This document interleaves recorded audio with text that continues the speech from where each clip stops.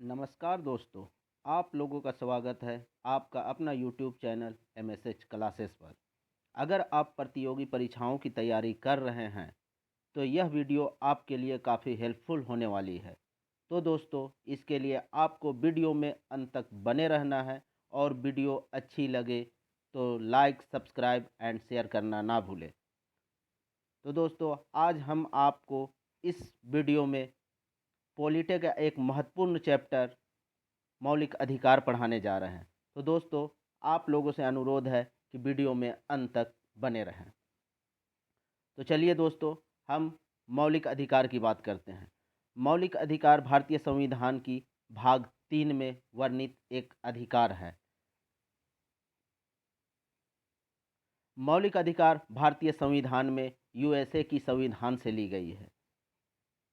भारतीय संविधान में भाग 3 में वर्णित अधिकारों को मौलिक अधिकार कहा जाता है, क्योंकि इनका उल्लंघन होने पर व्यक्ति सीधे सर्वोच्च न्यायालय सुप्रीम कोर्ट से अनुच्छेद 32 के तहत इन्हें लागू करवा सकता है, जबकि भाग 3 से बाहर के अधिकारों को यह सुविधा प्राप्त नहीं है।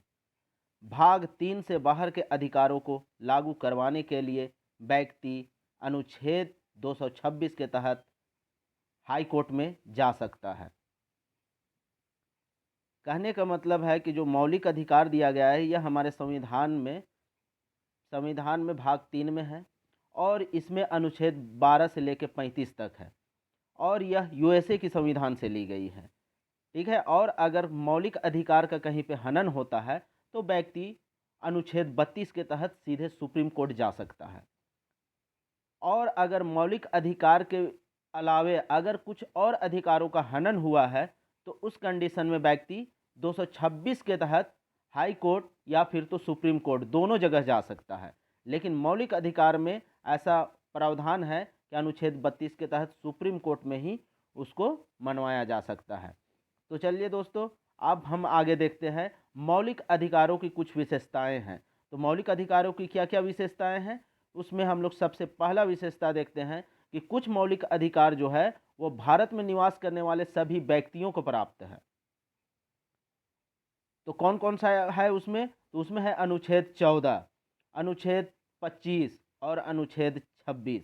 ठीक है दोस्तों, तो यहाँ पे हम इस आर्टिकल का उल्लेख नहीं करते हैं, इसके बाद ही हम हर एक आर्टिकल का सिंगल सिंगल वर्णन करेंगे। दूसरा विशेषता है कुछ अधिकार केवल नागरिकों को है। ठीक है। नागरिकों कहने का मतलब है कि यहाँ पे जो जिसको जिसको भारतीय नागरिकता प्राप्त हो चुकी है, हो सकता है कि वो USA का रहने वाला हो, यहाँ रह रहा है और नागरिकता प्राप्त नहीं किया है तो उसको हम लोग सिर्फ निवास करने वाले बोलेंगे। लेकिन अगर जिसको नागरिकता प्राप्त हो चुकी है तो उसको हम लोग नागरिक बोलेंगे। ठीक है। तो इसमें कौन कौन से अनुच्छेद के तहत उसको यह अधिकार मिला हुआ है, अनुच्छेद 19 है, अनुच्छेद 15 है और अनुच्छेद 16 है। तीसरा विशेषता है सर, कुछ अधिकार राज्य के विरुद्ध है। हमारे संविधान में कुछ अधिकार व्यक्तियों को मिला हुआ है जो राज्य के विरुद्ध है, तब भी संविधान हमको वो अधिकार दिया है और वह अधिकार है 16, अनुच्छेद 16। ठीक है दोस्तों। चौथा विशेषता है कुछ अधिकार राज्य और व्यक्ति दोनों के विरुद्ध है।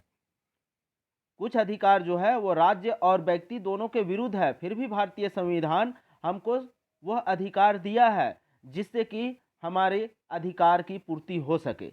और एग्जाम्पल में क्या क्या है, वो अनुच्छेद 17 है, अनुच्छेद 23 है, 24 है, 29 है, 30 है।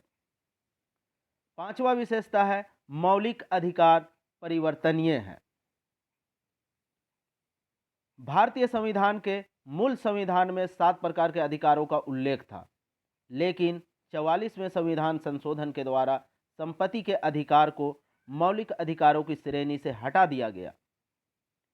86वें संविधान संशोधन के द्वारा संविधान में अनुच्छेद 21A के तहत एक नया अधिकार जोड़ा गया। बच्चों के शिक्षा के अधिकार को मौलिक अधिकार बनाया गया।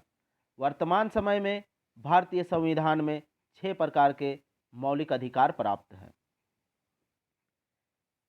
कहने का मतलब यह हुआ कि मौलिक अधिकार में भी क्या हो सकता है, परिवर्तन हो सकता है।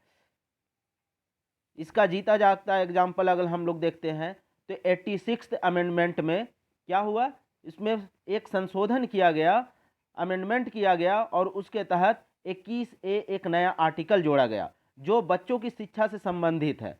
ठीक है। और पहले हमारे यहाँ देखा जाए अगर भारतीय संविधान में, मूल संविधान में, तो 7 प्रकार के मौलिक अधिकार हुआ करता था। उसमें एक संपत्ति का अधिकार भी था, लेकिन उसको 86वें संविधान के 44वें संविधान संशोधन के द्वारा हटा दिया गया और अब वर्तमान में 6 प्रकार की मौलिक अधिकार प्राप्त है। ठीक है। तो दोस्तों कौन कौन मौलिक अधिकार है, चलिए हम आगे देखते हैं। सबसे पहला है समानता का अधिकार। समानता का अधिकार हमारा आर्टिकल 14 से 18 तक में है। दूसरा है स्वतंत्रता का अधिकार, यह आर्टिकल 19 से 22 तक में दिया हुआ है।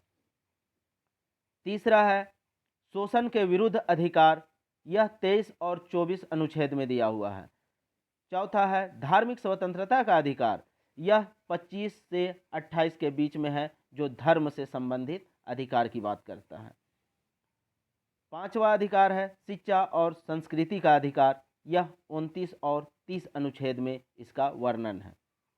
छठा मौलिक अधिकार है वह है संवैधानिक उपचारों का अधिकार, यह अनुच्छेद 32 से 35 तक में वर्णित है। तो चलिए दोस्तों अब एक एक करके हम मौलिक अधिकार का विस्तृत व्याख्या करते हैं, एक एक अनुच्छेद का। सबसे पहले अगर हम बात करते हैं तो मौलिक अधिकार हम बोले 12 से लेके 35 तक दिया हुआ है। ठीक है। तो 12 में क्या बोला गया है, आर्टिकल 12 कहता है कि राज्य की परिभाषा है, राज्य की परिभाषा की बात करता है। ठीक है। और इसमें राज्य किसको माना है, हर एक वह सरकारी संस्था या अर्ध सरकारी संस्था जिसका अपना नियम व कानून होता है संचालन का, उसको हम लोग क्या कहेंगे, राज्य कहेंगे। ठीक है दोस्तों, उसको हम लोग राज्य का दर्जा देंगे।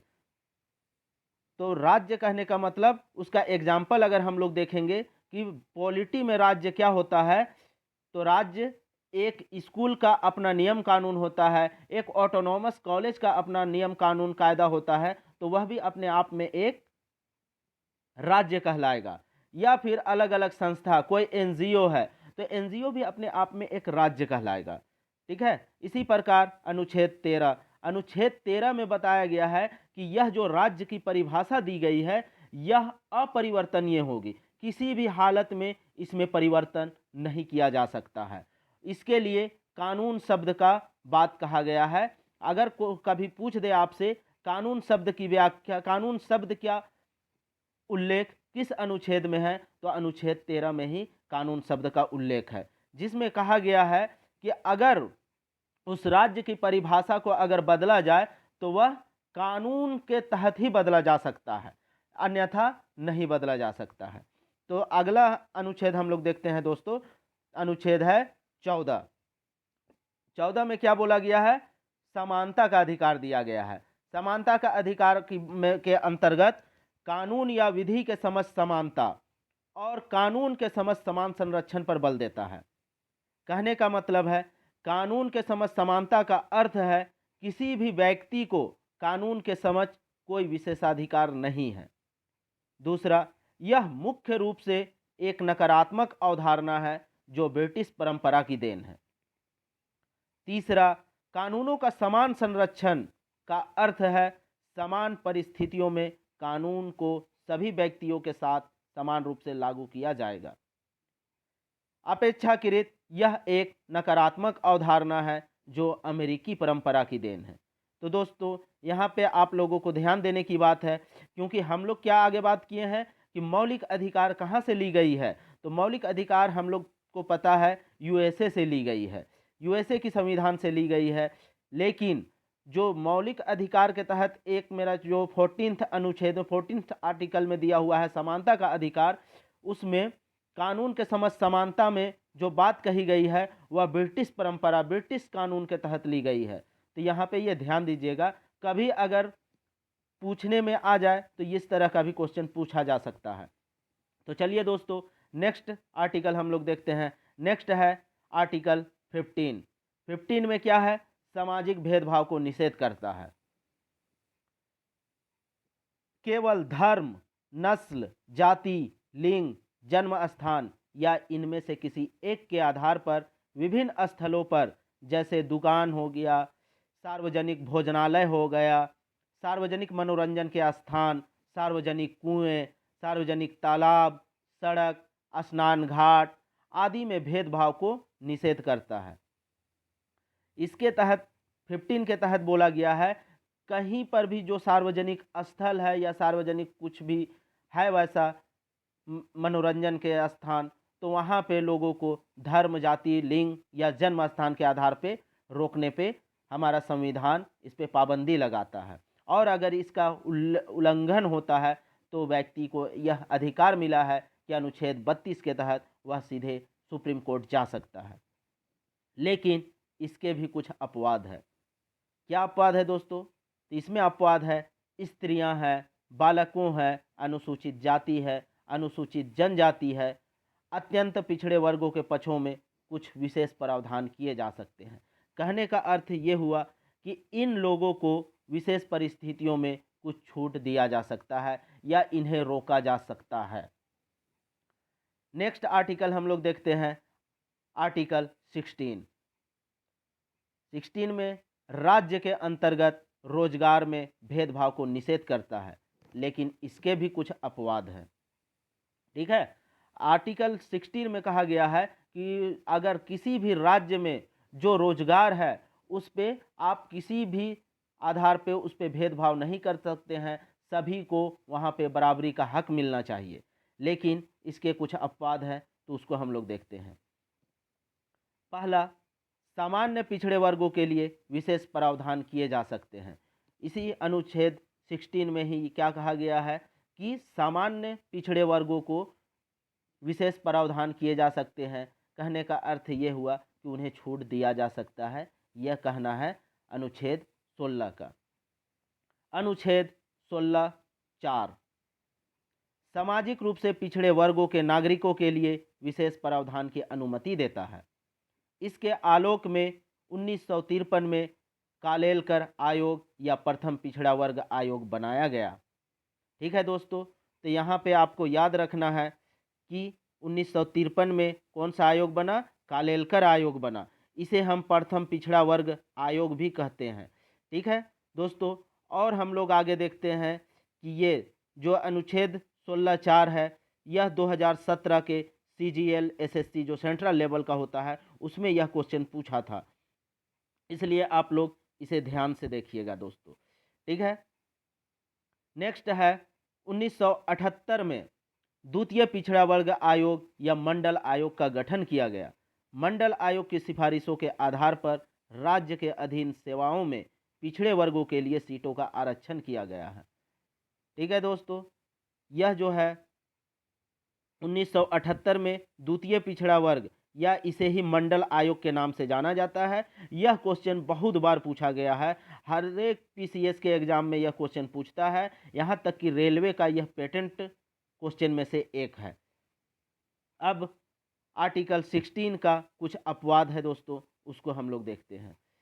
इसमें कुछ महत्वपूर्ण विवाद। ठीक है, विवाद क्या हुआ है इसमें? इंदिरा सानी बनाम भारत संघ का एक केस आया हुआ। इस मामले में न्यायालय ने आरक्षण पर विचार किया और विचार करने के उपरांत उन्होंने कुछ सुझाव दिए। उन सुझावों को हम लोग एक एक करके देखते हैं। सबसे पहला सुझाव क्या दिया? न्यायालय के अनुसार अनुच्छेद 16 में जिस पिछड़ेपन की बात की गई है वह मुख्यतः सामाजिक और शैक्षणिक पिछड़ापन है, अतः आर्थिक पिछड़ापन आरक्षण का आधार नहीं हो सकता। यह इंदिरा सानी बनाम भारत संघ के केस में कोर्ट के द्वारा, सुप्रीम कोर्ट के द्वारा यह कहा गया था, लेकिन वर्तमान में हम लोग देखते हैं तो आरक्षण का आधार आर्थिक पिछड़ापन को भी लिया गया और NDA सरकार में आर्थिक रूप से पिछड़े सवर्णों को भी 10% आरक्षण दिया गया है। सेकेंड पॉइंट हम लोग देखते हैं, आरक्षण की अधिकतम सीमा 50% तक हो सकती है। अधिकतम सीमा 50% तक ही हो सकती है, ऐसा बोला गया था इंदिरा सानी बनाम भारत संघ के केस में। लेकिन वर्तमान में अगर हम लोग देखते हैं तो यह सीमा 60% तक पहुंच चुका है। क्यों? क्योंकि 2019 में जो आर्थिक सवर्णों को आरक्षण मिला है 10%, उस हिसाब से अगर हम लोग देखते हैं तो अब आरक्षण की अधिकतम सीमा 60% हो चुकी है, जबकि उस वक्त कहा गया था कि यह 50% तक ही हो सकती है। तो यह भी एक अपवाद है। तीसरा, आरक्षित वर्गों में जो मलाइकी परत क्रीमी लेयर है उसे आरक्षण का लाभ नहीं मिलेगा।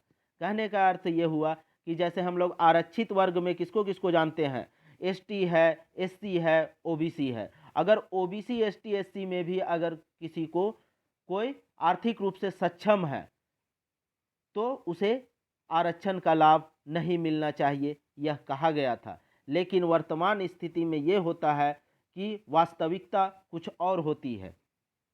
ठीक है दोस्तों, तो नेक्स्ट हम लोग देखते हैं आरक्षण का न्यायिक पुनरावलोकन भी हो सकता है, यह कहना है सुप्रीम कोर्ट का कि अगर कभी किसी को आरक्षण किसी राज्य में दिया गया है तो वह कोर्ट में वाद योग्य होगा। ठीक है दोस्तों, नेक्स्ट हम लोग देखते हैं आर्थिक रूप से पिछड़े वर्गों के द्वारा आरक्षण की मांग किए जाने पर 2006 में एसआर सिन्हा की अध्यक्षता में आर्थिक रूप से पिछड़े वर्गों के लिए आयोग का गठन किया गया। सबसे पहले आर्थिक रूप से पिछड़े वर्गों के आरक्षण की जो बात उठी थी उसको देखने के लिए एसआर सिन्हा की अध्यक्षता में आर्थिक पिछड़े पर आयोग की गठन किया गया था। ठीक है, और यह 2006 में, क्योंकि वर्तमान में आर्थिक रूप से पिछड़े वर्गों को आरक्षण मिला है, इसलिए यह अपने आप में एक इम्पोर्टेंट फैक्ट बन जाता है। इसलिए आप लोग इसे ध्यान से याद रखिएगा, 2006 में एसआर सिन्हा की अध्यक्षता में। ठीक है दोस्तों, जबकि वर्तमान में एनडीए की सरकार ने आर्थिक रूप से पिछड़े वर्गों के लिए भी आरक्षण का प्रावधान कर दिया है, जो 10% है। इसे फरवरी 2019 से लागू कर दिया गया है। वीडियो में अंत तक बने रहने के लिए आप लोगों का धन्यवाद।